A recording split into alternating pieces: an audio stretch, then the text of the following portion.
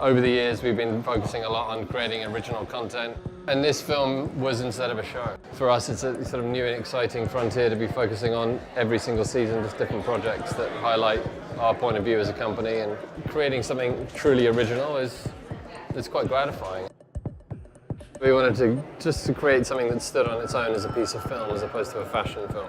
It just came about in a very organic way. We started building a team of people that were going to work on it, and the name of it came from the piece of music that Tom had written for a show, and it played completely into the theme that we'd had, which was different perspectives, different ways of seeing the world, and I think that's pretty relevant.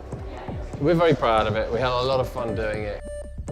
It's kind of new to the fashion world. I don't know if there's a lot of films out there collaborating with fashion. I think Rag & Bone is one of the first.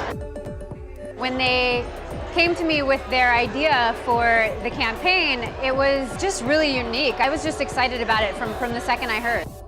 I think Darius is an incredible cinematographer, and Ansel's a really great actor. I was very excited when I actually saw the poster. It does make you go, oh wow, that's a really sort of special group of people, and I really respect all of them. I had never met any of them before. To me, it was just an exciting way to bring together a bunch of different artists and promote a fashion line that I'm a really big fan of.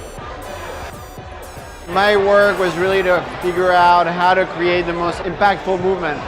So that was really the departing point. Then we came up with the idea of having dancers from many different backgrounds in the film, which was really fantastic. A point of focus was to use this camera rig created by Tony Hill, which gave these really interesting perspectives and movement. So the film really was a collaborative effort.